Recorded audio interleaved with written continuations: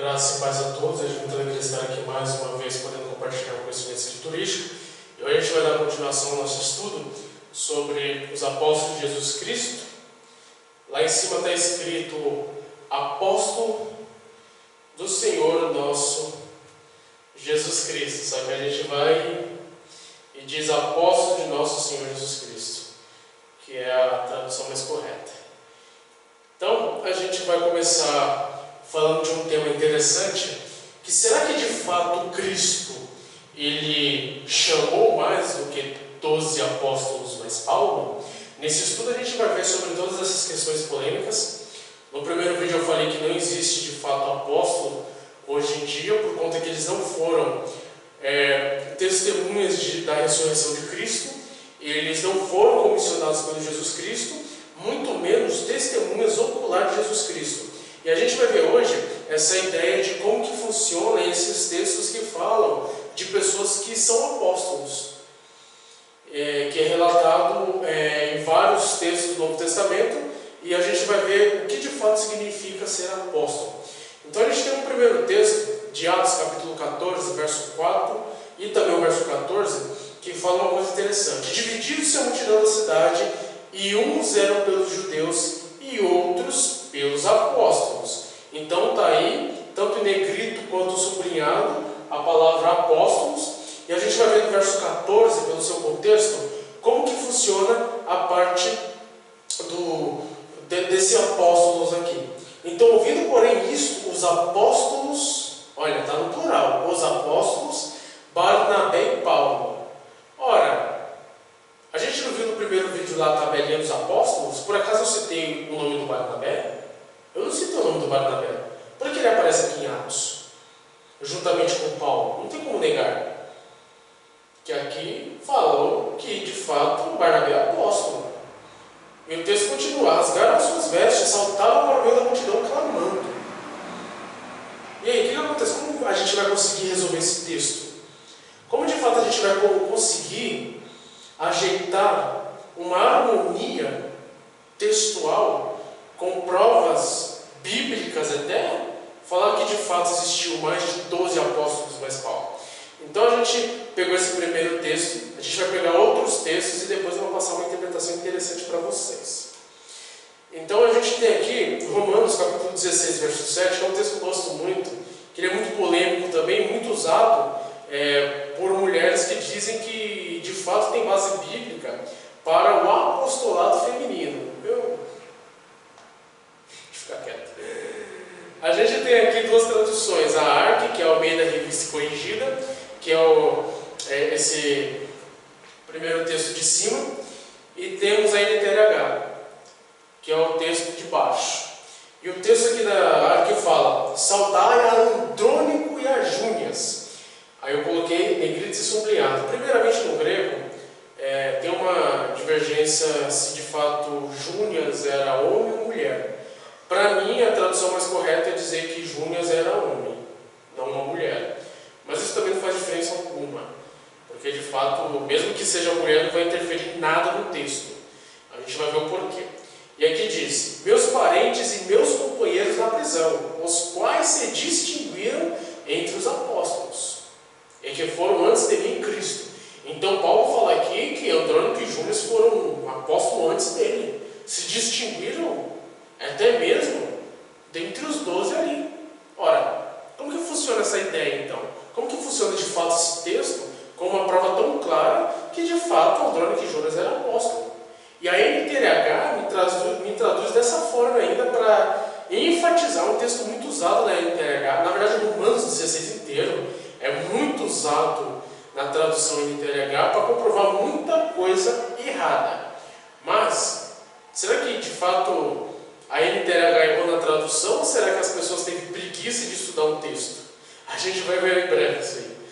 Saudações a Andrônico e a irmã Júnia. A NTLH já coloca irmã. A irmã Júnia. Meus patrícios judeus que estiveram comigo na prisão. Eles são apóstolos, bem conhecidos, e se tornaram cristãos antes de mim. Aí a NTLH ainda dá uma manejada aqui para falar, não, eles de fato foram apóstolos, mas eles se tornaram cristãos antes de mim. Não, de fato eles foram apóstolos, mas se tornaram cristãos antes de mim, mas de fato eles são apóstolos. Então a NTLH traduz esse texto desse jeito.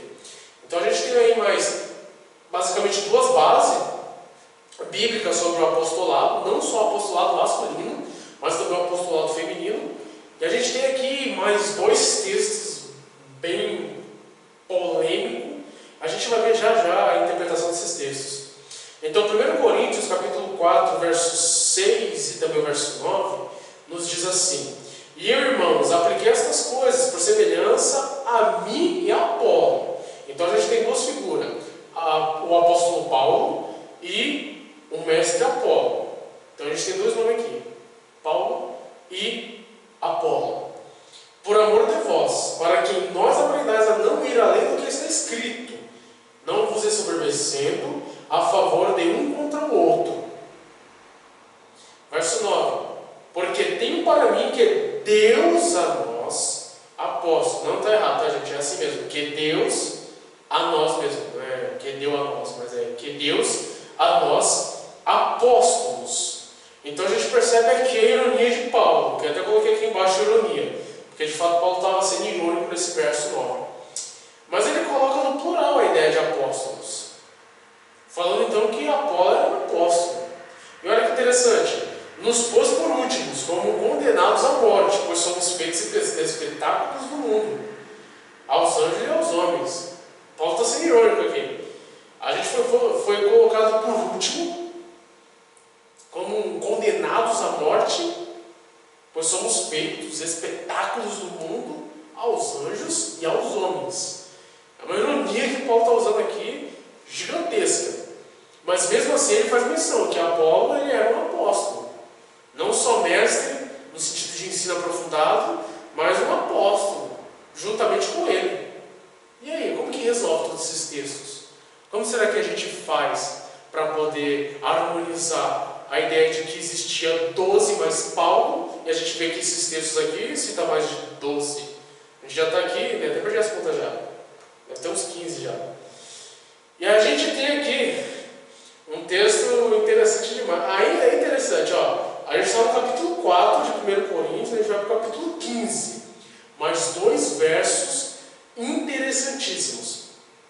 No verso 5 fala, ó, presta atenção na construção da narrativa do texto.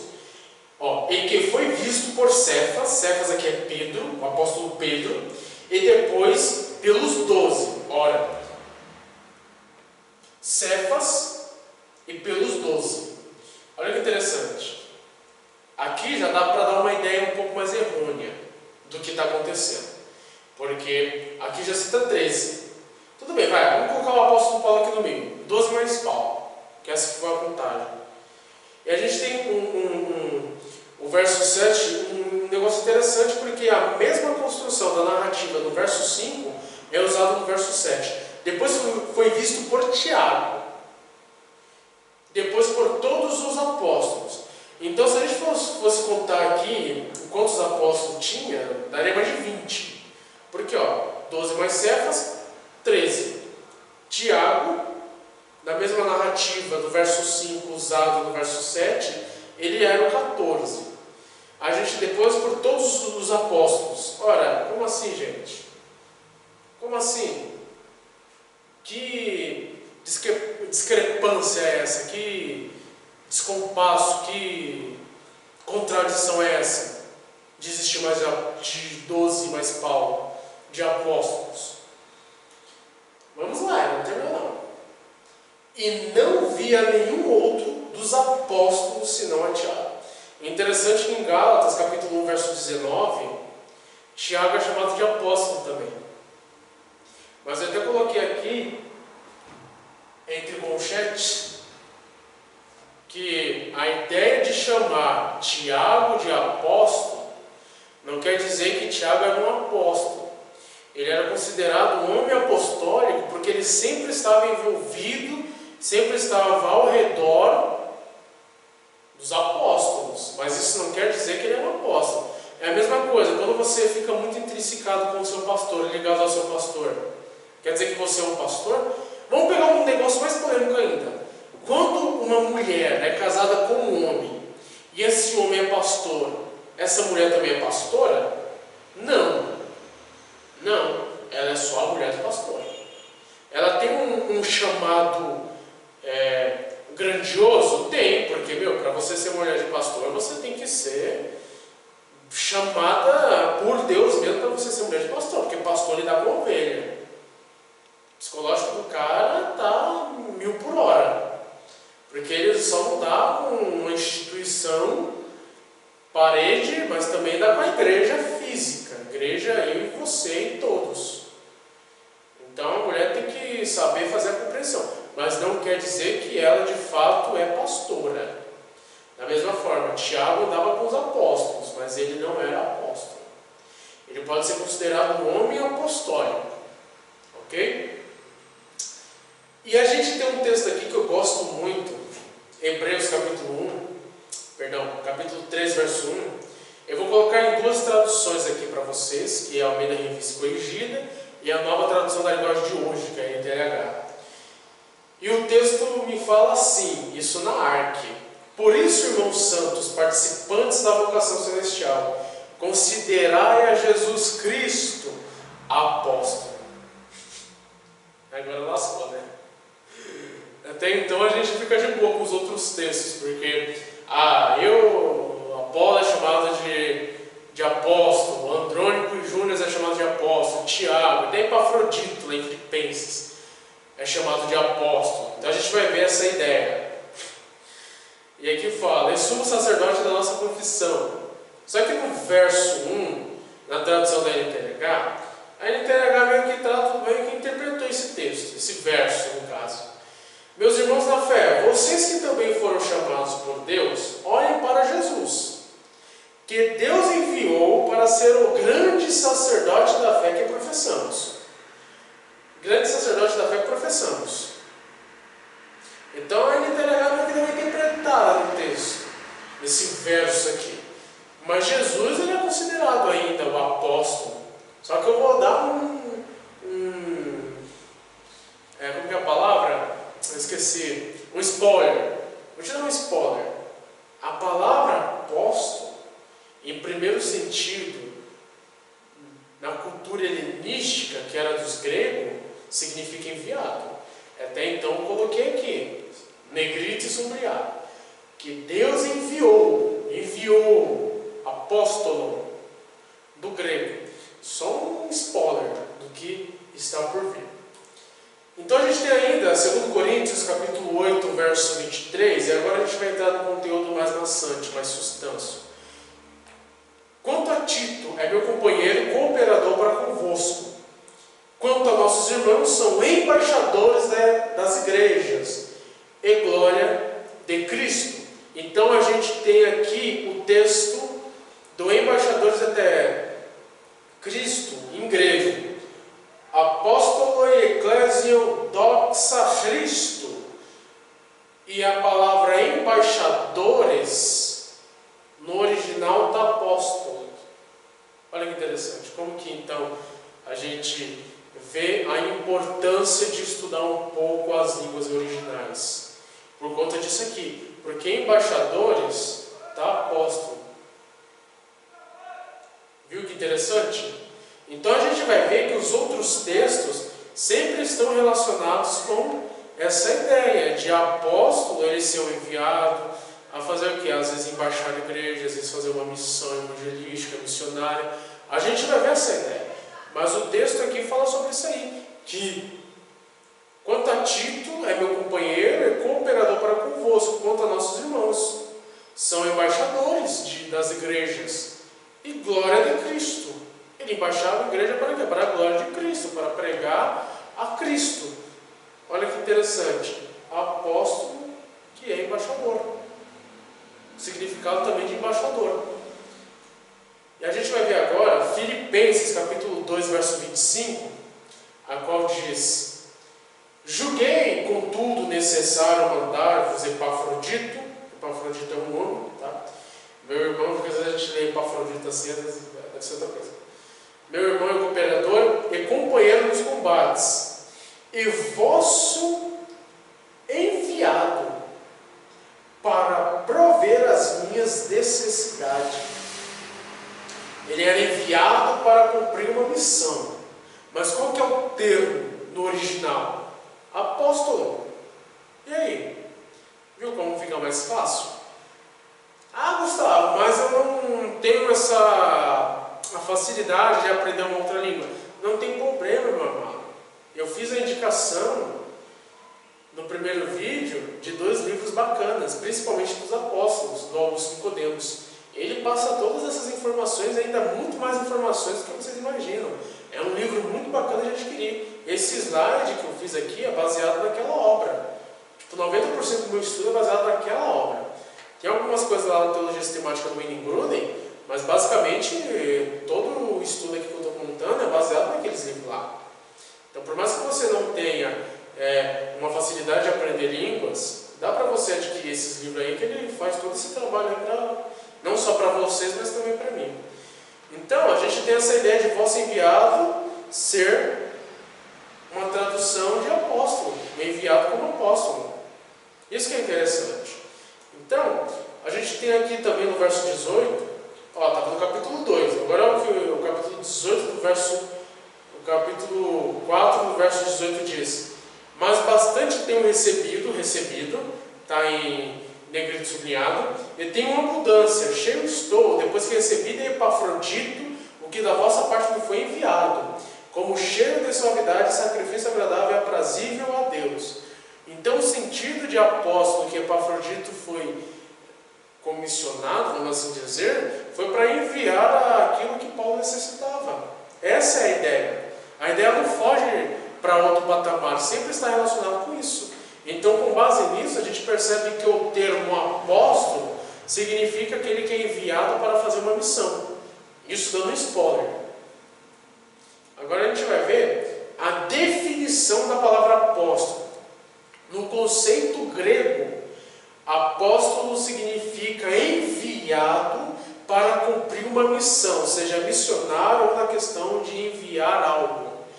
Agora, olha que interessante, quando a gente fala sobre essa questão, é que tanto Tiago, quanto Andrônico Júnior, quanto o próprio Apolo, até o apóstolo Paulo, ele é usado como esses 2 termos. Por quê? Porque ele era missionário.